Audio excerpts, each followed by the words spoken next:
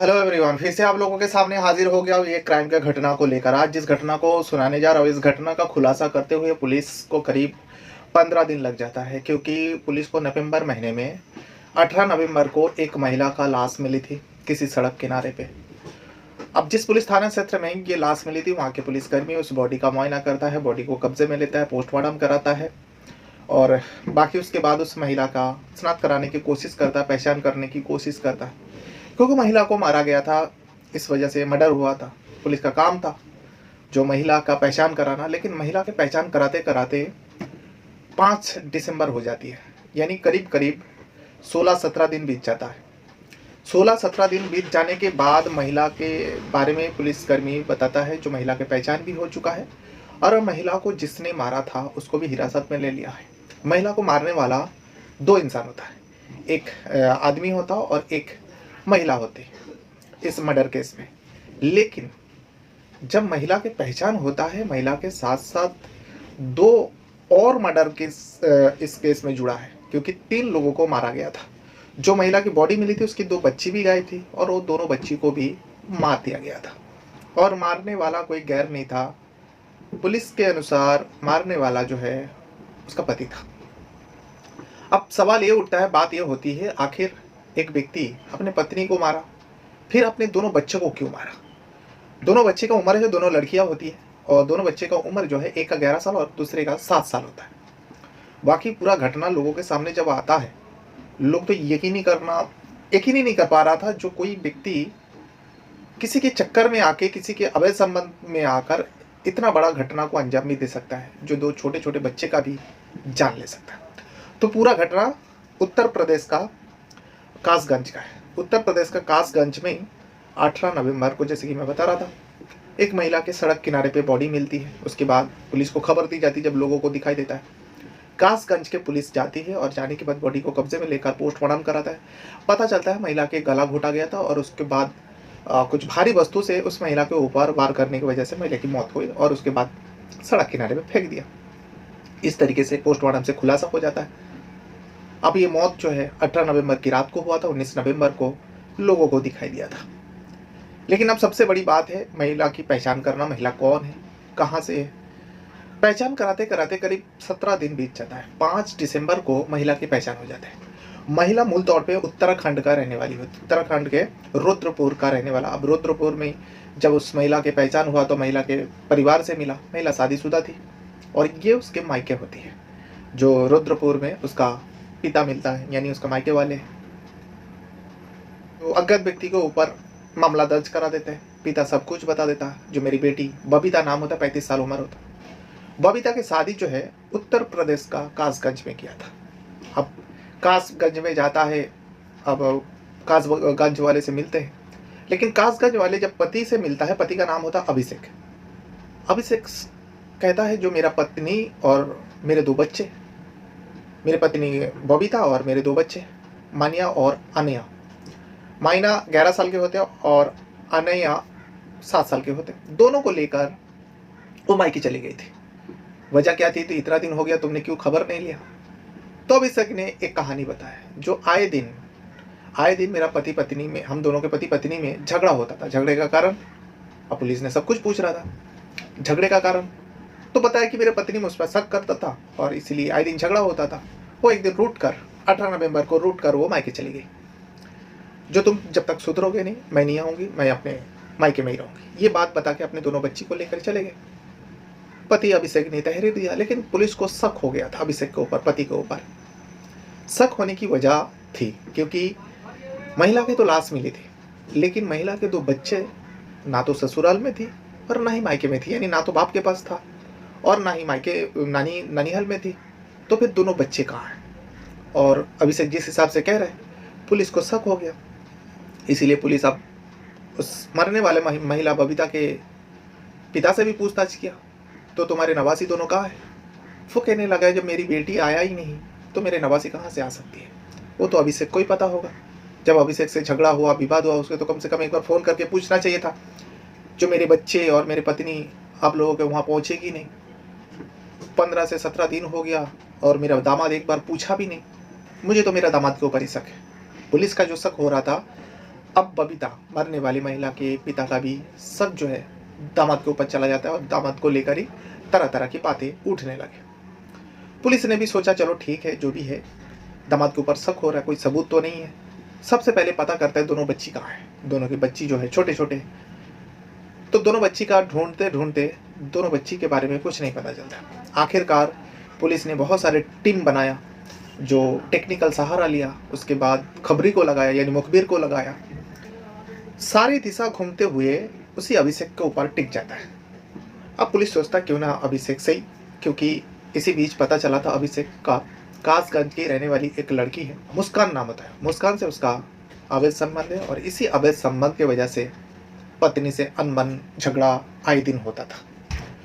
मुस्कान का नाम आया, मुस्कान से भी पूछताछ हुआ।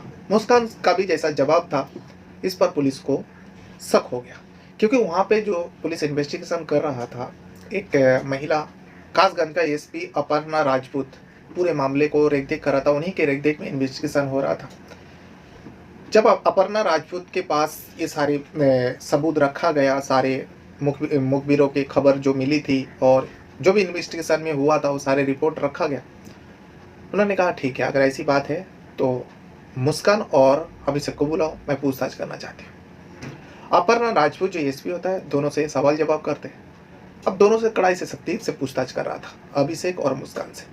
जब दोनों से सख्ती से, और दोनों को क्योंकि सवाल का जवाब ठीक से नहीं दे पा रहा था दोनों, तभी जो है अपर्णा राजपूत अब इन दोनों को ऊपर सख्ती करता है, डरा धमका कर पूछता है। जब डराता है, धमकाता है, तब जाकर दोनों टूटता है और दोनों सच्चाई बयान करता है।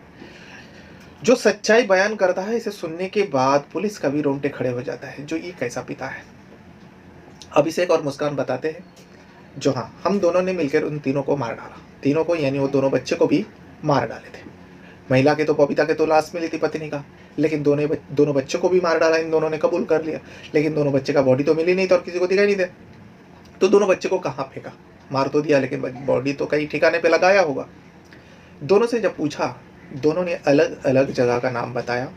दोनों ने मतलब दो बॉडी को दो अलग अलग जगह में फेंका गया था।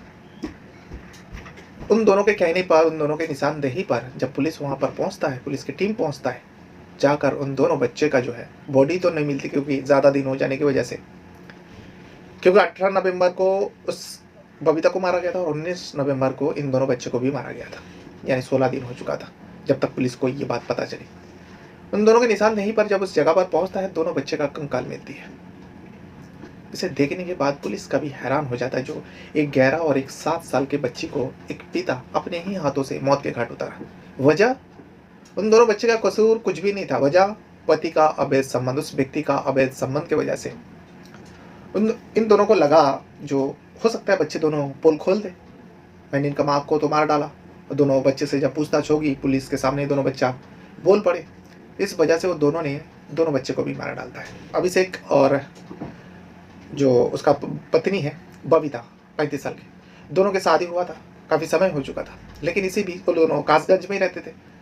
बबीता उत्तराखंड का रुद्रपुर का रहने वाला था और अभिषेक जो है उत्तर प्रदेश का कासगंज का रहने वाला था। दोनों की शादी हो जाता है, सब कुछ ठीक ठाक चल रहा था, दोनों बच्चे भी आते हैं, दोनों बेटी। लेकिन इसी बीच कासगंज में ही रहने वाली एक महिला, नाम है मुस्कान। मुस्कान से अभिषेक का अफेयर हो जाता है और ये अफेयर धीरे धीरे बढ़ते जाता है। तब बबीता को पता चलता है, आखिर पति का चाल डाल दे के पता चल गया पत्नी को। पत्नी ने पूछा, बबीता ने पूछा, जे तुम्हारे मुस्कान के साथ क्या रिश्ता है? क्योंकि मुस्कान आए दिन उसके घर में भी आता था, जो आदर्श कॉलोनी का रहने वाली थी मुस्कान।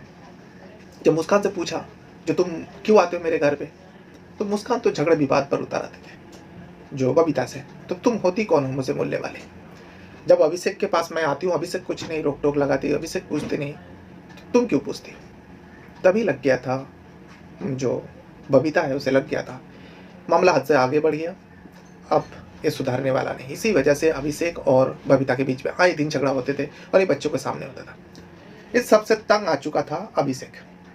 अभिषेक किसी भी कीमत पर मुस्कान से अलग नहीं होना चाहता था, और पत्नी, दो बच्चे रहते हुए अभिषेक कैसे मुस्कान के साथ रह सकता था?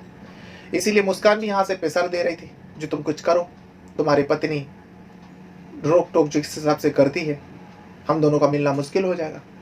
तब दोनों ने मिलकर एक फैसला करता है, जो बबीता को ही रास्ते से हटा देते। बबीता को एक दिन खुद दोनों कार से आते हैं, क्योंकि मुस्कान आए दिन आते रहते थे, एक ही मोहल्ले के थे, और बबीता को घूमने के बहाने घूमने ले जाने के बहाने में, कि दोनों बच्चे उस टाइम स्कूल में थे, ये 18 नवंबर की बात है, दोनों गाड़ी में ले जाते हैं और गाड़ी में ही बबीता का गला घोट देते हैं। गला घोटने के बाद उसको भारी वस्तु यानी पत्थर वगैरह से उसके ऊपर वार करके उसका जान ले लेता है और सड़क किनारे पर फेंक कर वो दोनों चले जाते हैं। किसी को कुछ भी नहीं पता था। जब दोनों बच्चे आए, पूछा, तो उसके पिता ने बताया, जो तेरे मम्मा तेरे नानी हाल में गए हो, कल आ जाएंगे। बच्चे दोनों को शक तो हुआ, लेकिन छोटा बच्चा था, पिता ने बहला फुसला के समझा दिया। लेकिन यहाँ पर मुस्कान ने बताया, ऐसा तो नहीं जो तुम्हारे बीवी तो कभी लौट कर आने वाला नहीं है, फिर तुम्हारे बच्चे पूछेंगे और हम लोग ने ऐसा ऐसा बहाना बनाया, फिर बाद में जब वो बॉडी मिलेगी, पूछताछ होगी, लोगों को क्या जवाब देंगे, क्यों ना इन दोनों बच्चों को भी खत्म कर देते, मुस्कान ने बताया। और इस बात को सुनने के बाद अभिषेक ने भी तैयार हो जाता है अपने बच्चों को मारने के लिए। अपनी प्रेमिका की बात सुनने के बाद अभिषेक भी तैयार हो जाता है और दूसरा ही दिन यानी 18 नवंबर को माँ को मारा और 19 नवंबर को दोनों बच्चों को लेकर अभिषेक और मुस्कान कहने लगा, चलो तुम्हारी माँ नहीं आ रही है, तुम दोनों को बुलाया, तुम दोनों को तुम्हारे नानियाल में छोड़ देता हूँ। दोनों बच्चों को गाड़ी में ले जाता है, गाड़ी में ही दोनों का गला घोट देते हैं और दोनों को अलग अलग जगह में फेंक देते हैं। इस पूरा घटना को सुनाने के बाद, पूरा जो जिस हिसाब से इन दोनों ने इस तीनों मर्डर किया, क्राइम किया, जब पूरे पुलिस वाले को ये पूरा घटना सुनाया, दोनों पुलिस के तो रोंगटे खड़े हो जाते। पुलिस हैरान हो जाता है कि इन दोनों को क्या सजा दे। सजा तो इन दोनों को मौत से कम नहीं मिलनी चाहिए, क्योंकि यहाँ पे बेगुनाह तीनों की जान ले लेता है। एक तो दो बच्चे हैं छोटे छोटे, उन दोनों का तो कोई भी कसूर नहीं था, कोई भी गलती नहीं था। एक पिता होकर दोनों बच्चों को कैसे मार सकते हैं। लेकिन अवैध संबंध जहाँ पर होता है वहीं तो एक बर्बादी तो होती है, किसी ना किसी का जान जाती है, बर्बाद होता है। और इस मामले में तीनों लोगों का जान लेता है। एक पिता अपने 2 बच्चों को मारता है, पत्नी को मारता है, और इसका साथ देने वाला उसका प्रेमिका होती है। ये था वो पूरा घटना जो उत्तर प्रदेश का कासगंज का है। बहरहाल, अपने साथ साथ अपना परिवार का भी बहुत ज़्यादा ख्याल रखिएगा।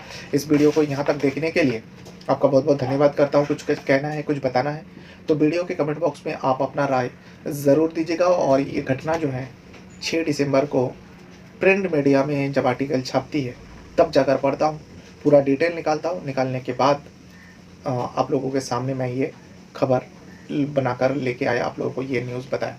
ये आर्टिकल जो है अमर उजाला में छपी थी। बहरहाल, इस वीडियो को देखने के लिए आपका बहुत बहुत धन्यवाद करता हूँ। Thank you very much.